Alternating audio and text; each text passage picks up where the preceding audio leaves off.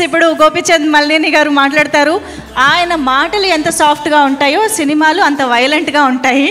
So good evening అండి.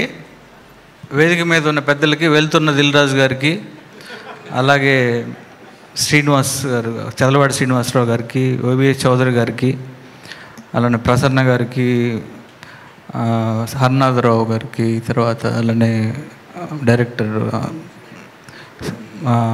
Srinivas team, కొత్త టీంకి, అలానే లక్ష్య అందరికీ, అజయ్ కుమార్ గారు డైరెక్టర్ గారికి, అలానే అరవింద్ డైరెక్టర్ గారికి అందరికీ, అలానే గోపి గారికి అందరికీ, సీనుకి అందరికీ. అండ్ ఫస్ట్ ఆఫ్ ఆల్ ఏంటంటే, నాకు చదలవాడి శ్రీనివాసరావు గారితో ఫస్ట్ పరిచయం ఇప్పుడే నాకు, కానీ చాలాసార్లు విన్నాను. చాలా ప్యాషన్ తోటి సినిమాలు తీసే ఒక మంచి ప్రొడ్యూసరు అని విన్నాను. సార్, నేను మీ బ్యానర్లో చేసిన కేఎస్ నాగేశ్వరరావు గారు, ఆయన దగ్గర నేను ఫస్ట్ పోలీస్ అనే సినిమాకి అసిస్టెంట్ డైరెక్టర్గా జాయిన్ అయ్యాను. అప్పుడు కూడా మీ బ్యానర్లో ఆయన వరుసగా రెండు మూడు సినిమాలు చేశారు. అప్పటి నుంచి నాకు మీ పేరు వింటూ ఉన్నా. తర్వాత బిచ్చగాడు సినిమా తోటి ఇండస్ట్రీ అంతా కూడా ఒకసారి ఒక ప్యాషన్ తోటి ఒక మంచి తమిళ్ ఫిలింని మీరు చేసే బ్లాక్ బస్టర్ అయింది. అక్కడి నుంచి మీ ప్యాషను, అలానే మీ అబ్బాయి లక్ష్య నాకు కరెక్ట్గా చెప్పాలంటే థియేటర్ ఫ్రెండ్. నేను అంటే సినిమా ప్యాషన్ అనేది అక్కడే తెలుస్తుంది.